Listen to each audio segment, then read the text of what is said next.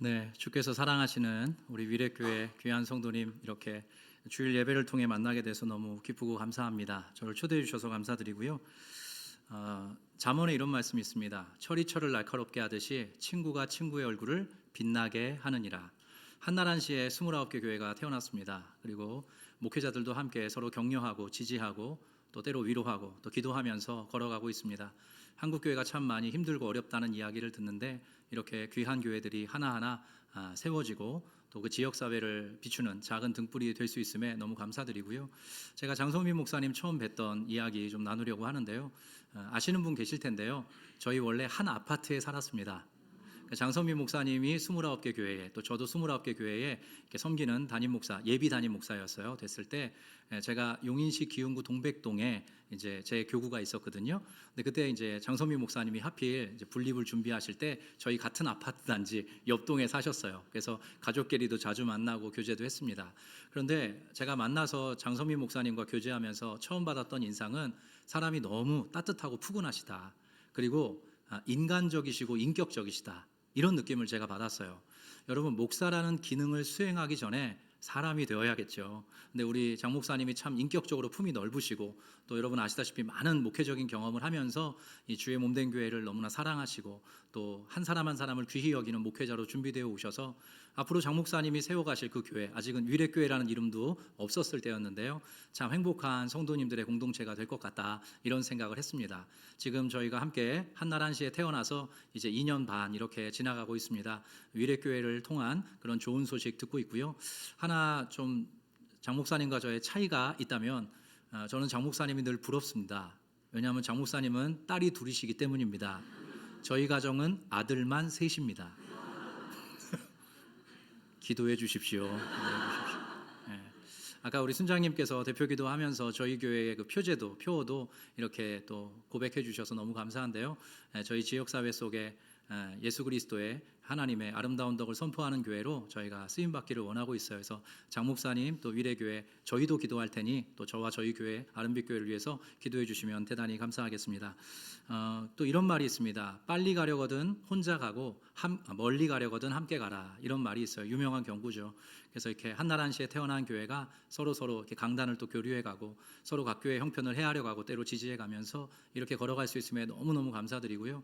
앞으로도 우리 장 목사님과 위례교회가 정말로 하나님 보시기에 아름답고 귀한 그런 믿음의 공동체와 또 그런 목사님으로 존귀히 쓰임 받으시기를 주 이름으로 축원합니다. 제가 어떤 설교로 좀 말씀을 나눌까 하다가 제가 최근에 저희 교회에서 출애굽기로 계속 말씀을 나누고 있거든요. 근데 그 중에 개인적으로 너무 은혜가 되었던, 개인적으로 그 말씀이 저를 마치 사로잡는 것처럼 느껴졌던 그 말씀을 가지고 여러분 앞에 섰습니다. 여러분이 잘 아시는 내용이에요. 이스라엘 백성이 이집트 땅에서 노예 생활을 했었습니다. 아브라함과 이삭과 야곱, 창세기에 나오죠. 족장 시대를 거쳐서 야곱의 아들이었던 요셉이 애굽에 팔려갑니다. 거기서 여러 가지 우여곡절을 겪고 총리 대신이 되죠. 야곱의 때에 어마어마한 기근이 가나안 땅에 들어서 야곱이 70여 명의 식소를 데리고 요셉이 살고 있던 이제 이집트 땅을 향해 가게 됩니다. 거기서 약 430년 동안 중다한 민족으로 이스라엘 민족이 크게 되죠. 근데 하나님께서 일찍이 예고하셨어요. 다시 너희를 가나안 땅으로 돌려보내겠다. 그래서 하나님께서 한 400여 년이 지나갈 때쯤 모세라는 한 인물을 예비하셨고 모세를 통해서 이스라엘 백성을 이집트로부터 이제 탈출시키시는, 그래서 건져내시는 이야기가 출애굽기 초반부에 등장합니다. 대표적으로 10가지 재앙을 내리시죠. 특별히 마지막 재앙은 여러분이 잘 아시는 장자의 죽음 재앙이었습니다. 모든 이집트 땅의 맏아들들과 모든 가축의 첫 새끼를 하나님이 다 치세요. 하나님이 다 치시고 그것에 이제 완전히 압도된 바로가 이스라엘 백성을 풀어줍니다. 그래서 그 10번째 재앙의 밤을 지나서 이스라엘 백성이 빠져나오는데요. 그때 하나님께서 3가지 규례를 주십니다. 첫 번째는 유월절 규례를 주세요. 그래서 마지막 날 그 밤에 이집트의 모든 장자들이 죽는 그 밤에 이스라엘 백성들에게는 이야기를 하시죠. 어린 양의 피를 문설주와 문 임방에 발라라. 그러면 죽음의 사자가 넘어갈 것이다. 그렇게 이야기하셨고 또 시간이 없는 관계로 빵을 이렇게 누르게 발효시켜서 만들지를 못하니 무교병을 먹는 그런 행동을 지시하셨고요. 실제로 유월절은 하루입니다. 그리고 무교절은 거기에 붙어 있는 일주일이에요. 그래서 하나님이 어떻게 우리에게 개입하셔서 구원하셨는지를 기억하는 유월절과 무교절 규례를 지키라고 명령하셨어요. 그 문맥에서 오늘 저와 여러분이 읽었던 이 이야기가 나오는 겁니다. 제가 초태생 규례라고 소개했는데요. 모든 첫 것들에 대한 규례를 하나님이 주셨습니다. 한번 따라해 볼게요. 초태생 규례. 하나님께서 유월절, 무교절과 함께 초태생 규례를 주셨는데 그 이유와 또 거기에 담긴 어떤 하나님의 비밀한 뜻이 무엇인지 오늘 말씀을 통해 좀 확인해 보기를 원합니다. 출애굽기 13장 1절을 제가 다시 읽겠습니다. 여호와께서 모세에게 일러 이르시되 이스라엘 자손 중에서 사람이나 짐승을 막론하고 태에서 처음 난 모든 것은 다 거룩히 구별하여 내게 돌리라. 이는 자 누구 것이라고요? 내 것이니라. 하나님께서 하나님의 것이다 라고 소유권을 이렇게 주장을 하세요. 이 맥락을 조금 더 풀어주는 말씀이 민수기 8장에 나오는데요. 여기는 여러분이 한번 읽어주시면 좋겠습니다. 이스라엘, 자 시작.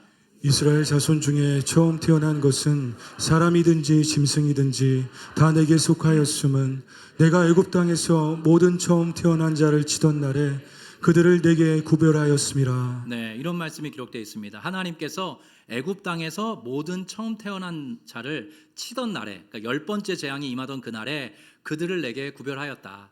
그러니까 이집트 땅의 모든 마지들은 다 죽었어요. 그런데 이스라엘 백성들 가정에는 특별히 어린 양의 피를 문설주와 문인방에 바른 그 가정의 장자들, 마지들은 죽지 않았습니다. 원래 같이 죽었어야 되는데 살았다는 거죠. 그러니까 죽었다 살았으니 그 모든 것들은 다 내 것이다. 하나님께서 하나님의 소유권을 주장하시는 거예요. 모든 첫째 것들은 다 내 것이다. 하나님이 그렇게 이야기를 하고 계세요. 근데 제가 여러분들께 질문 드리겠습니다. 예를 들어 한 가정에 5형제가 있다고 합시다. 그럼 첫째 거 하나님이 하나님께 돌리라고 지금 명령하셨거든요. 근데 그러면 그 첫째 아들은 하나님의 것이고, 자 나머지 네 아들 하나님의 것입니까? 그 부모의 것입니까? 네, 잘 알고 계시죠. 첫째 아들만 하나님께서 하나님께 돌리라고 하더라도 모든 자녀들도 하나님이 주신 생명이잖아요. 다 하나님의 것입니다. 그래서 언제나 이스라엘 백성, 특별히 구약 성경의 문맥 속에서 보면, 문화 속에서 보면 첫 것은 대표성을 상징해요. 모든 것을 대표하는 게 첫 것입니다. 그래서 우리가 헌금 중에 11조 헌금을 드릴 때도 자 10분의 1 떼어서 이거 하나님 드리고 나머지는 우리 거다 이렇게 하는 게 아니라 열의 하나를 떼어 드리는 것은 모든 것이 다 하나님의 것이다. 하나님이 내게 은혜 주셔서 내가 이렇게 또 우리 가정이 이만큼 살아가고 있다라는 신앙의 고백을 하는 거 아닙니까? 그래서 이 첫 것이라는 것은요 사실상 전체를 대변하는 거예요. 실제로 하나님께서 이집트 땅에 모든 마지들을 심판하셨지만 그건 단지 마지들만 심판하셨다는 뜻은 아니에요. 이집트 땅 전체를 모두를 심판하신 것입니다. 그런데 그 중에 대표성을 가진 첫째들만 죽이심으로 하나님의 엄위하심을 나타내신 거죠. 그래서 성경에 보면 시편 105편 말씀인데요. 이렇게 되어 있습니다. 또 여호와께서 그들의 기력의 시작인 그 땅의 모든 장자를 치셨도다. 첫째들이 기력의 시작이라는 거죠. 첫째들을 다 치셨다는 것은 기력 자체가 끊어졌다는 것입니다. 이집트 땅에 임했던 완전한 심판이 그렇게 지금 묘사되어 있는 거죠. 그래서 이스라엘 백성들은 우리 거기서 살아남은 그 10번째 재앙이 임하던 날 밤에 살아남은 모든 첫째들을 보면서 하나님이 우리를 특별히 사랑하시고 우리를 특별히 대우해 주셨다. 이런 생각을 끊임없이 마음에 가져야 했습니다. 그래서 하나님께서 규례를 주시는 거예요. 잊지 말라고, 기억하라고. 내가 너희를 어떤 방식으로 선대하고 후대했는지 너희 기억하라고. 그래서 이 초태생 규례를 주시는 겁니다. 그래서 실제로 11절에 가보면 이렇게 이제 모세가 이스라엘 백성들에게 소상하게 이 초태생 규례에 대한 이야기를 펼치는데요. 한번 보시겠습니다. 자막으로 부탁드렸고요. 여호와께서 너와 내 조상에게 맹세하신 대로 너를, 이스라엘 백성 전체를 이야기합니다. 이스라엘 백성 전체를 가나안 사람의 땅에 인도하시고 그 땅을 내게 주시거든. 그러니까 언젠가 그 땅에 들어가서 너희가 살게 되거든. 자, 그 다음 절에 보니까 너는 태에서 처음 난 모든 것과 내게 있는 가축의 태에서 처음 난 것을 다 구별하여 여호와께 돌리라. 수컷은 여호와의 것이니라. 자, 그럼 암컷은 여호와의 것이 아닌가요? 아니겠죠. 그러니까 뭔가 첫째 아들들, 첫째 수컷들이 모두를 대표하는 대표성을 갖고 있기 때문에 하나님께서 첫째 아들들, 첫째 수컷들을 이렇게 구별하라고 이야기하시는 거죠. 핵심은 뭐라고요? 10번째 재앙이 임했던 날 밤에 너희가 죽지 않고 살았지 않냐? 그리고 너희가 그 이후로 이집트 땅을 빠져나오지 않았냐? 너희가 그걸 잊지 않고 기억하기를 바란다는 차원에서 하나님 이 규례를 주신 거예요. 유월절, 무교절 규례와 함께. 자, 잘 따라오셨습니다. 근데 이게 당대에만 의미가 있지 않아요. 그 전에 먼저 설명드려야 될 게, 그래서 실제로 이게 하나님 앞에 아들을 드리는 일이 종종 일어납니다. 아들을 드릴 때 그게 막 목숨을 바치고 이게 아니라 어떤 제도들을 하나님이 주세요. 그래서 이스라엘 백성의 그 모세 율법에 보면 종종 초태생 규례를 이런 식으로 지키라고 하나님이 계속 환기하십니다. 때로는 양이나 염소를 드리기도 하고 때로는 예물을 바치기도 하고 이런 방식으로 첫째 아들들을 하나님 앞에 이렇게 드리는 어떤 행위를 그런 어떤 규례를 지키곤 합니다. 근데 우리가 잘 아는 한 인물이 있어요. 첫 아들을 하나님께 드린 여성입니다. 구약에 보면 나오는데요. 이름이 한나입니다. 한나가 불임의 여성이었죠. 아이를 갖지 못했어요. 그래서 하나님 앞에 기도했습니다. 근데 하나님과 마음이 통했어요. 하나님과 마음이 통해서 한나의 기도가 어떻게 바뀌었냐 하면 하나님 아들을 주세요라고 고백하다가 하나님 그 아들을 저에게 주시면 다시 하나님께 드리겠습니다. 그 하나님께서 우리 아들을 하나님의 마음대로 써주세요. 그런 기도를 하게 돼요. 이유는 뭐였냐 하면 기도하다가 하나님 보시기에 말씀이 희귀하고 이상이 흔히 보이지 않던 그 사사기 막바지를 향한 하나님의 애달픈 심정이 한나에게 느껴진 거예요. 그래서 하나님 저에게 아들을 주시면 그 아들 하나님께 내어드리겠습니다. 원래 첫째는 다 하나님의 것이니까 하나님 사용해 주십시오. 실제로 그 아이의 이름은 사무엘이었고 그 사무엘을 통해서 이스라엘 백성의 엄청난 부흥의 역사가 일어나게 됩니다. 자, 오늘 말씀 14절에 보면 이게 당대에만 의미가 있지 않고 심지어 자녀들에게 후손들에게 이 초태생 규례를 계속 일러주라고 하나님이 명령하시는 이야기가 나옵니다. 제가 좀 읽어보겠습니다.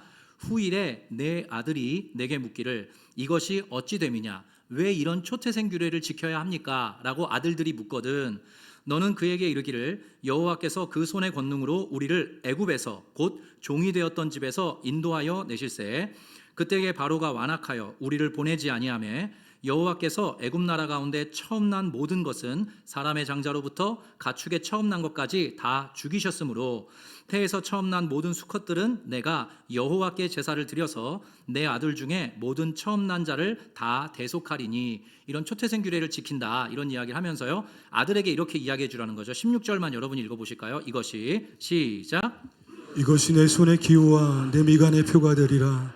이는 여호와께서 그 손의 권능으로 우리를 애굽에서 인도하여 내셨음이니라 할지니라. 예, 잠깐 띄워주십시오. 이 초록색 글씨를 보시겠습니까? 이것이 이 초태생 규례를 지키는 이 행위가 이 규례를 지키는 어떤 행동이 내 손의 기호와 내 미간의 표가 되리라. 자, 이거 잊어버리라는 얘기예요? 잊지 말란 얘기예요? 예, 잊지 말고 마음에 새기라는 거죠. 어떤 표식을 만들어서 초태생 규례를 대대로 지켜가면서 기억하라는 거죠. 그러면서 이는이라고 단서를 붙였습니다. 여호와께서 그 손의 권능으로 우리를 애굽에서 인도하여 내셨음이니라 할지니라. 하나님께서 어떤 방식으로 우리를 구원해 내셨는지 그 어마어마한 하나님의 권능을 잊어버리지 않기 위해서 하나님이 이런 규례를 모세를 통해 명하셨다는 것입니다. 그래서 보십시오. 자, 그 초태생 규례를 지키면서 짐승의 첫째 새끼가 태어날 때마다 초태생 규례를 하나님 앞에 지킵니다. 그때마다 이제 자녀들이 묻는 거죠. 아빠 이거 왜 이렇게 해야 돼? 그러면 구원받았을 때 이집트 땅에서 빠져나왔을 때 그때 이야기를 그 자녀들에게 들려주라는 것입니다. 그 자녀가 또 그 자녀에게 그 자녀가 또 그 자녀에게 계속해서 이야기해 주는 방식으로 이스라엘 백성 전체가 하나님의 권능을 기억하기를 원하셨던 거예요. 그래서 그럼 제가 여기까지 말씀드리고 여러분들께 질문 드리겠습니다. 이 규례 하나님이 주신 건데요. 자, 하나님을 위해 주신 규례입니까? 우리를 위해 주신 규례입니까? 네, 우리를 위해 주신 규례예요. 왜 그럴까요? 우리가 자꾸 잊어버리기 때문입니다.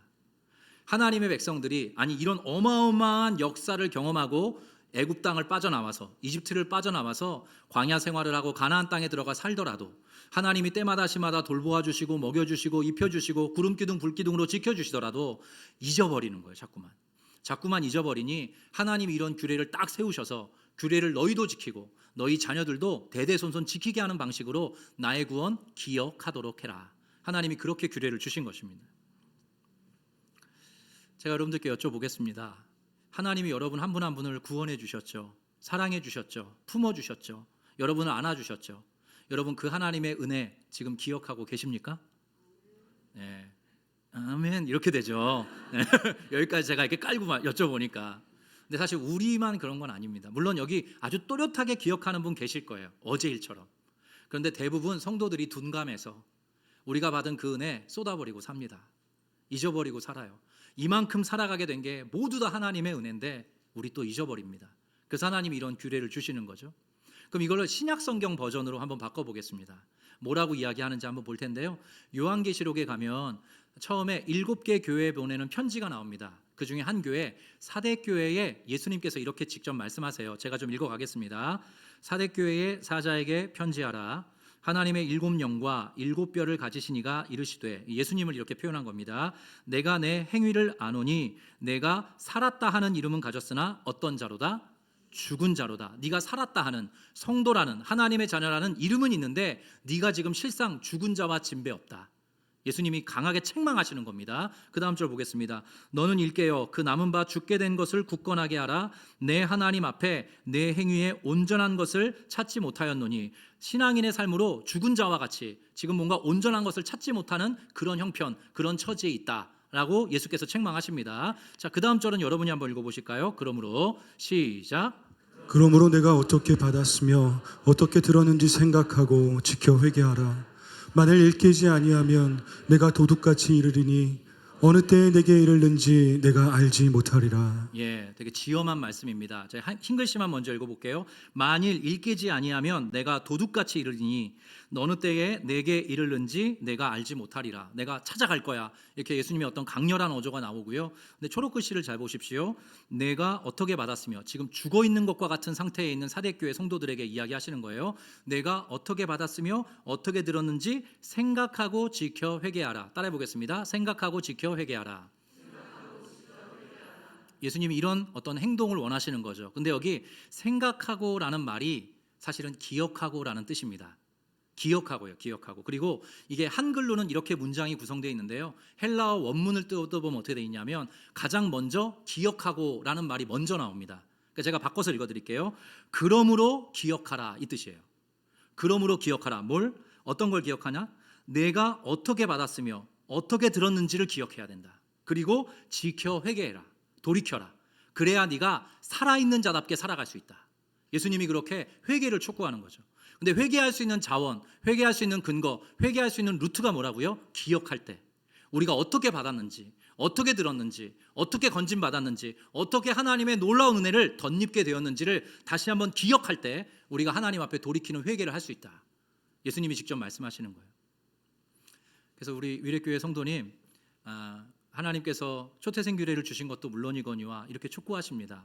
바라기로는 여러분에게 베풀어 주신 하나님의 은혜 잊지 않고 기억하며 살아가는 주의 백성 되시기를 주의 이름으로 축원합니다. 기억은 너무나 중요합니다. 하나님이 우리 각자를 어떤 자리에서 어떻게 불쌍히 여겨 주셨는지, 어떻게 건져 주셨는지, 세워 주셨는지, 다시 살아가게 하셨는지, 어떤 방식으로 돌보아 주시고 도와주셨는지, 그 모든 것들 우리는 자꾸 잊어버리고 삽니다. 기억해야 합니다. 기억해야 우리가 살아있는 사람답게, 그리고 성도답게, 하늘 백성답게 우리의 인생을 살아낼 수 있습니다. 저 개인적인 이야기를 하나 좀 소개하려고 합니다. 지금 함께 교회를 세우고 3년 반 정도 이렇게 지나가고 있는데요. 제 개인적으로 교회를 개척하고 너무너무 감사한 일이 있어서 여러분들 앞에 소개를 하려고 합니다. 저는 원래 믿지 않는 가정 출신입니다. 1대 믿음이에요. 여기도 그런 분 계실 텐데 사실 개인적으로 환난도 많고 여러 가지 어려움도 참 컸습니다. 근데 심지어 목사까지 됐어요. 근데 제가 사실은 20살 때 엄청나게 방황을 했습니다. 그래서 대학 생활을 원래 실패했고요, 한번. 그리고 26살에 수능 시험을 다시 보고, 몇 살에요? 26살에. 그때 저희 어머니의 심정은 예, 26살에 수능 시험을 다시 보고 총신대학교 신학과에 입학하게 됐습니다. 그리고 나서 이제 송태근 목사님 또 이찬수 목사님을 스승으로 이렇게 만나서 제가 목사까지 성장해 올 수 있었어요. 근데 제가 어떤 일이 있었냐면 안 믿는 가정 출신인데 우연히 선교원에서 신앙생활을 처음 시작하게 됐습니다. 7살 때. 그 교회에서 초등학교 때는 그냥 친구 만나러 갔어요. 근데 중3 때 뜨겁게 하나님을 체험하게 됐거든요. 근데 제가 집사 아들도 아니고 권사 아들도 아니고 장로 아들도 아닌데 제 고향 교회, 지금은 너무 핫한 동네가 됐는데 서울에 가면 성수동이라고 있습니다. 제가 성수중학교 학생이었는데 그 동네가 옛날엔 그렇게 좋은 동네가 아니었어요.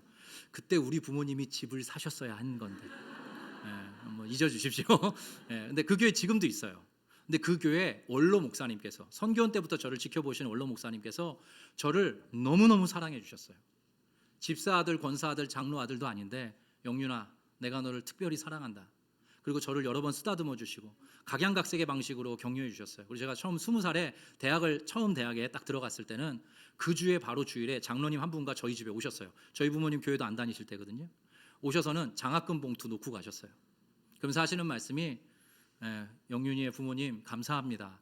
이렇게 귀한 학생을 길러주시고 또 키워주시고 우리 교회에 정말 보배와 같은 일꾼으로 이렇게 보내주셔서 감사합니다. 원로 목사님이 그렇게까지 하셨어요. 너무너무 감사하죠. 근데 제가 아까 말씀드린 것처럼 중간에 좀 방황하다가 이렇게 목사가 되었는데요. 사실 저에게 가장 먼저 너 목사 했으면 좋겠어라고 말하셨던, 저에게 외적 소명을 1번으로 주셨던 분이 그 원로 목사님이십니다.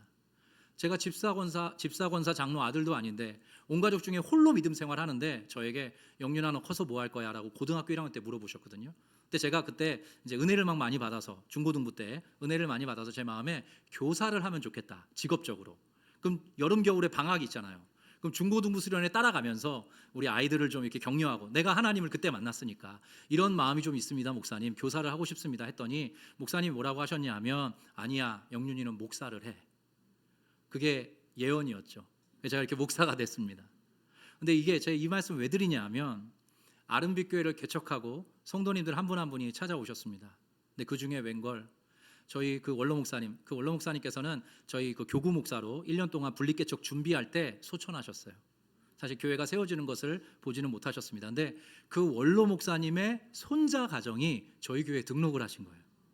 심지어 딸아이, 어린 딸아이 하나를 데리고 그 원로 목사님 손자의 가정이, 그러니까 그 아주 그 딸은 이제 완전 증손녀가 되는 거죠. 그 가정이 등록하셔서 이제 신앙생활을 저희 아름빛 교회에서 하고 계신 거예요. 근데 저에겐 그게 어마어마한 은혜입니다. 그 가정을 볼 때마다 기억하게 되거든요. 그 가정을 마주할 때마다 기억하게 됩니다. 하나님이 저를 어떤 방식으로 사랑하셨는지, 어떤 방식으로 품어주셨는지, 어떤 방식으로 격려해 주셨는지, 어떤 방식으로 위로해 주셨는지, 흔들리고 방황했던 저를 하나님이 또 어떤 식으로 세워주셔서 기회 주시고 문을 열어주셔서 여기 목사까지 되게 하셨는지, 그 모든 퍼즐들이 매번 맞춰져요. 너무너무 감사합니다. 제가 어느 날 이렇게 묵상을 하다가 한 줄 딱 썼던 어떤 문구가 있어요. 소개해드리고 싶어요. 은혜가 은혜인 줄 아는 사람은 더 큰 은혜를 경험하게 된다. 은혜가 은혜인 줄 아는 사람은 더 큰 은혜를 반드시 경험하게 된다. 저는 그런 성도로 살아가고 싶고요. 우리 성도님들, 위례교회 모든 성도님들도 그런 존재로 주님 앞에 살아가시기를 주의 이름으로 축원합니다. 디모데후서에 보면 원고에는 없는 얘기인데요. 디모데후서에 보면 말세의 징후가 나옵니다. 바울이 디모데에게 알려줘요. 말세에 이러이러한 때가 이를 거다. 사람들이 자기 자신만 사랑하고 돈만 사랑하는 그런 때가 올 거다. 그리고 그 말세의 징후 중에 특별한 징후 하나가 있는데 따라해 보겠습니다. 감사하지 아니하며. 말세의 징후 중에 하나가 감사하지 않는다라고 되어 있어요. 근데 그 감사하지 않는다는 말의 원어가 뭐냐면 아카리스토스 이렇게 되어 있습니다. 한 단어예요. 아카리스토스. 근데 이게 어떤 뜻이냐면, 아는 부정어입니다. 뭐뭐 하지 않다. 카리스토스는 뭐냐면 은혜가 은혜인 줄 알며 감사하는 사람이란 뜻이에요. 카리스라는 말 자체가 은혜라는 말이거든요. 그러니까 감사는 언제 주어져요? 은혜가 은혜인 줄 알 때 감사하게 된다는 거예요. 근데 말세의 징후가 뭐예요? 은혜가 은혜인 줄 모르며 살아간다는 거죠. 그래서 감사가 없다는 것입니다. 성경은 이야기합니다. 이런 규례를 주시고 말씀을 주시는 이유가 뭐냐? 하나님이 베풀어 주신 모든 은혜 기억하며 살아가야 한다. 너희가 조금 흔들렸느냐, 너희가 조금 엇나갔느냐, 그럼 다시 한번 너희가 어디서부터 어떻게 받았는지, 어디서부터 어떻게 들었는지, 너희가 어떤 위로와 격려를 받고 어떤 복음의 호혜를 입으면서 여기까지 오게 되었는지 다시 한번 기억하도록 해라. 그걸 기억하면서 지켜 회개하는 방식으로 살아있는 사람답게, 성도답게 살아가도록 해라. 성경이 우리에게 요청하고 있습니다. 우리 위례교회 모든 성도님들 그 은혜의 주인공 되시기를 주의 이름으로 축원합니다. 한 곡지만 더 살펴볼 텐데요. 오늘 초태생 규례 중간에 보면 약간 특별한 이야기가 하나 나옵니다. 한번 말씀 보겠습니다. 12절에 보면 이렇게 돼 있어요. 너는 태에서 처음 난 모든 것과 내게 있는 가축의 태에서 처음 난 것을 다 구별하여, 초태생을 구별하라는 거죠. 여호와께 돌리라. 수컷은 여호와의 것이니라 이야기하시고요. 그 다음 절에 상당히 흥미로운 이야기가 나옵니다. 여러분 한번 읽어보실까요? 시작. 나귀의 첫 새끼는 다 어린 양으로 대속할 것이요 그렇게 하지 아니하려면 그 목을 꺾을 것이며 내 아들 중 처음 난 모든 자는 대속할지니라.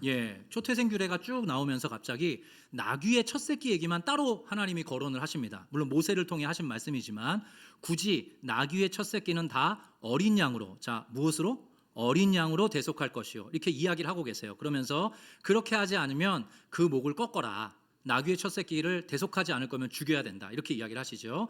이 말씀을 도대체 왜 하셨을까? 굳이. 자, 나귀라는 동물에 대한 설명을 좀 드릴게요. 이스라엘 백성의 그 율법에 보면 동물을 둘로 구분합니다. 한쪽은 정결한 동물들이에요. 두 번째는 부정한 동물들입니다. 정결한 동물의 대표는 양과 소와 염소예요. 자, 양과 소와 염소는 정결한 동물이어서 하나님 앞에 즉각적으로 예배할 때, 제사할 때 쓰일 수 있어요. 그래서 양과 염소, 또 소는 하나님 앞에 제물로 쓰이는 동물들입니다. 그래서 정결한 동물로 구분이 돼요. 근데 우리가 읽었던 방금 어떤 동물이었냐면 나귀였는데요. 나귀는 어떤 동물이냐면 부정한 동물의 대명사인 거예요. 정결한 동물이 아니에요. 그래서 부정한 동물의 대빵이 누구냐? 그게 나귀입니다. 근데 그 나귀의 첫 새끼는 그래서 직접적으로 하나님 앞에 드릴 수가 없으니까 나귀의 첫 새끼는 모두 다 어린 양으로 대속하라고 율법에 명하고 있는 거예요. 여러분 짐작하실 텐데요. 부정한 짐승의 대명사, 여기에는 나귀로 나오는데 제가 여러분들께 질문 드립니다. 부정한 짐승의 대명사 누굽니까? 우리입니다. 우리. 저와 여러분이에요. 우리가 아직 죄인 되었을 때에 그리스도께서 우리를 위하여 죽으심으로 하나님께서 우리에 대한 자기의 사랑을 확증하셨느니라. 우리가 원래 죄인입니다. 우리가 원래 부정한 존재예요. 하나님 앞에 드려질 수도 없고 하나님 보시기에 전혀 거룩하지 않은 그런 존재예요. 그래서 누가 필요해요? 어린 양이 필요하다는 거죠. 그래서 이게 출애굽기 13장의 이야기인데 놀랍게도 예수 그리스도를 예표하고 있습니다. 부정한 존재인 저와 여러분을 위해서 예수 그리스도가 필요하다. 예수 그리스도, 어린 양 예수 그리스도의 대속의 은혜가 필요하다라고 지금 조망해주고 있는 겁니다. 이 이야기를 잘 받아서 신약 성경의 저자들은 일관되게 예수님을 어린 양이라고 호칭하고 있어요. 한번 말씀 보겠습니다. 요한복음 1장 29절인데요. 이튿날 요한이, 세례 요한을 뜻합니다. 요한이 예수께서 자기에게 나오심을 보고 이르되 보라 세상 죄를 지고 가는 하나님의 무엇이로다? 어린 양이로다. 정확히 같은 표현이에요.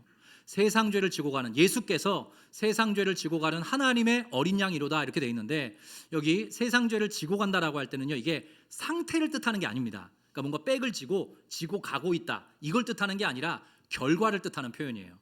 세상 죄를 지고 가버렸다 그 뜻이에요. 좀 더 분명하게 풀었으면 세상 죄를 제거하는 하나님의 어린 양이로다. 부정한 존재인 저와 여러분이 갖고 있었던 모든 죄를 예수께서 짊어지고 가버리신다는 거죠. 어디를 향해? 십자가를 향해. 그 저와 여러분이 더 이상 부정한 존재가 아니라 정결한 존재가 되어서 하나님 앞에 설 수 있다. 성경은 그렇게 이야기해주고 있습니다. 그리고 사도 베드로, 예수님의 수제자였죠. 베드로도 그 이치를 너무나 잘 알고 있어서 이렇게 이야기하고 있습니다. 베드로전서 1장 말씀입니다. 너희가 알거니와 너희 조상이 물려준 헛된 행실에서 대속함을 받은 것은, 구원이란 뜻이에요. 대속함을 받은 것은 은이나 금같이 없어질 것으로 된 것이 아니요. 자, 그 다음 절 여러분 읽어보시겠습니다. 시작. 점없는 어린 양 같은 그리스도의 보배로운 피로 된 것이니라. 여러분 아멘이십니까? 뭐라고 이야기하냐? 흠없고 점없는 어린 양 같은 그리스도의 보배로운 피, 보배로운 보혈로 말미암아 된 것이다. 나귀인 우리, 부정한 존재였던 우리, 하나님이 아닌 내 자신이 주인 되어서 살아가려고 했던 우리, 그리스도께서 정결하게 하신다는 거죠. 그리스도께서 대속하신다는 겁니다. 그분의 죽으심으로 말미암아. 말씀을 이어보겠습니다. 그는 창세전부터 미리 알림 바 되시니나 이 말세에 너희를 위하여 나타내신 바 되었으니 너희는 그를 죽은 자 가운데서 살리시고 영광을 주신 하나님을 그리스도로 말미암아 믿는 자니 너희 믿음과 소망이 하나님께 있게 하셨느니라. 부정한 존재인 우리는 원래 소망을 하나님께 두지 않았어요. 우리가 추구하는 여러 가지 욕망들, 이 세상에 사도 요한은 그렇게 얘기했습니다. 육신의 정욕과 안목의 정욕과 이생의 자랑을 추구하며 살아간다고. 우리가 오로지 소망을 거기에 두고 살아갔는데 예수께서 부정한 우리를 위해서 대신 죽으심으로 말미암아 이제 우리 믿음과 소망을 하늘의 하나님께 두고 살아가도록 만드셨다. 이게 바로 저와 여러분에게 임한 구원입니다. 구원. 그리고 디도서 말씀도 한 번 더 읽어보겠습니다. 같이 한번 읽어보겠습니다. 그가, 시작. 그가 우리를 대신하여 자신을 주심은 모든 불법에서 우리를 속량하시고 우리를 깨끗하게 하사 선한 일을 열심히 하는 자기 백성이 되게 하려 하심이라. 여러분 믿으십니까? 예수께서 우리를 위해서, 우리를 향해서 자기 자신을 주셨대요. 우리를 대신해서 자기를 주셨대요. 그러면서 뭐라고 이야기하냐? 모든 불법에서 우리를 속량하신답니다. 부정한 짐승과 같은, 나귀와 같던 우리를 속량하셔서 정결케 하시고 깨끗하게 하셔서 선한 일을 열심히 하는 그분의 백성이 되게 하려 하심이라. 그래서 우리 이렇게 사람다운 사람으로 살아갈 수 있게 된 것입니다. 저는 누군가가 저한테 왜 기독교 신앙을 가졌느냐, 왜 목사를 하느냐라고 물으면 저는 이렇게 답하곤 합니다. 이 안에 그리고 기독교가 말하는 복음 안에 사람다운 사람으로 살아가는 길이 있기 때문이다. 사람다운 사람으로, 아름다운 사람으로 선한 일을 열심히 하는 예수의 백성, 하늘 백성이 되는 길이 이 안에 있기 때문에 나는 예수를 믿고 기독교 신앙을 내가 추구하고 있으며 목사로 살아간다. 저는 이렇게 설명하곤 하거든요. 우리 모든 위대교회 성도님들을 그 자리로 초대하고 계신 것입니다. 부정한 자인데, 부정한 나귀와 같은 존재인데 예수 안에서 우리를 정결케 하시는 하나님의 사랑이 이 안에 담겨 있습니다. 그리고 한 꼭지만 더 말씀드릴게요. 나귀와 관련된 사실 유명한 이야기 하나 우리 모두 다 알고 있습니다. 신약 성경에 나와요. 자, 나귀 이야기 어디에 나오죠? 우리 성도님들? 아유, 역시 제가 1부 때도 여쭤봤는데 알고 계시더라고요. 수준이 아주 높으십니다. 예수님께서 공생의 삶을 마무리하시고 예루살렘 성을 향해 가십니다. 십자가에 달려 죽으시기 위해. 그때 의도적으로 한 동물을 선택하셔서 타세요. 그때 일반적인 왕들은 도성에 입성할 때 반드시 병마용, 그러니까 전쟁에 나가서 쓰임받는 말을 탔습니다. 근데 예수님께서는 무엇을 타셨냐 하면 나귀를 타셨어요. 나귀를. 예수님께서 평화의 왕, 전쟁의 왕이 아니라 평화의 왕으로 이 땅에 오셨다는 것을 알려주시기 위해서 일종의 그림 언어였던 거죠. 나귀를 타시는데 제가 하나 더 질문드리겠습니다. 제자들이 예수님의 보내심을 따라 나귀를 끌러가거든요. 그때 제자들 앞에 나귀가 몇 마리 있었을까요? 와, 이것도 아시네. 2마리 있었습니다. 어떻게 그걸 다 알고 계시지? 제가 할 게 없는데. 나귀가 2마리 있었습니다. 근데 그냥 2마리가 아니라 놀랍게도 그 2마리의 관계는 뭐라고 해야 될까요? 모자지간이었어요. 어미 나귀가 있고 새끼 나귀가 있었습니다. 어미 나귀는 사람을 많이 태워봤어요. 경험이 있었습니다. 그리고 어린 나귀, 새끼 나귀는 아직 성경에 뭐라고 되어 있냐면 아직 한 번도 사람을 등에 태워보지 않은, 경험이 없고 부족하고 그런 사람을 등에 한번 얹어보지도 못한 아무런 자격과 조건이 없는 나귀였어요. 새끼 나귀였습니다. 예수님이 그 둘 중에 어떤 나귀 타시죠? 새끼 나귀를 타십니다. 그러면서 이렇게 말씀하세요. 주가 쓰시겠다 하라. 주가 쓰시겠다 하라. 이거는 우리에게 임한 어마어마한 구원의 그림입니다. 부정한 나귀를 어린 양 예수 그리스도의 보혈로 정결케 하셔서 하나님의 자녀 되게 하십니다. 부족한 나귀 새끼를 주가 쓰시겠다 하라 지명하셔서 당신의 도구로 사용하십니다. 이 그림 안에 저와 여러분 한 명도 예외 없이 모두 들어 있습니다. 기독교는 여러분 은혜의 종교라고 이야기를 해요. 왜 그러냐 하면 이 세상에 있는 모든 종교 중에 유일하게 신이 인간을 위해 수고하는 종교이기 때문입니다. 일반적인 종교는요, 인간이 뭘 열심히 해야 돼요. 뭘 열심히 막 해서 신을 만족시켜야 됩니다. 그리고 나서 신이 주는 어떤 혜택을 입는 거예요. 그래서 온갖 짓을 합니다. 그 만족을 위해서 온갖 행동을 해요. 근데 기독교는 다릅니다. 우리가 뭘 하기 전에 하나님께서 우리를 사랑하셨습니다. 하나님께서 우리를 너무나 사랑하셔서 부정한 짐승인 우리를 위해서 아들 예수 그리스도를 주신 거예요. 그리고 심지어 자격도 없고 조건도 없고 경험도 없고 할 줄 아는 게 아무것도 없는데 하나님이 우리를 먼저 믿어주시고 우리를 사용하십니다. 주가 쓰시겠다 하라. 저도 이 말씀 안에 저의 구원과 저의 지금의 모든 삶이 담아져 있다, 이렇게 말씀드리고 싶어요. 한 분 한 분 예외가 없습니다. 말씀을 결론 짓겠습니다. 부정한 우리를 정결하게 하십니다. 어린 양 예수 안에서. 부족한 우리를 쓰시겠다 하십니다. 어린 양 예수 그리스도 안에서. 우리에게 임한 이 어마어마한 구원의 은혜를 우리의 마음속에 잘 담고 선한 일을 열심히 하는 예수의 백성으로 살아가는 우리 위례교회 온성도 되시기를 주의 이름으로 축원합니다.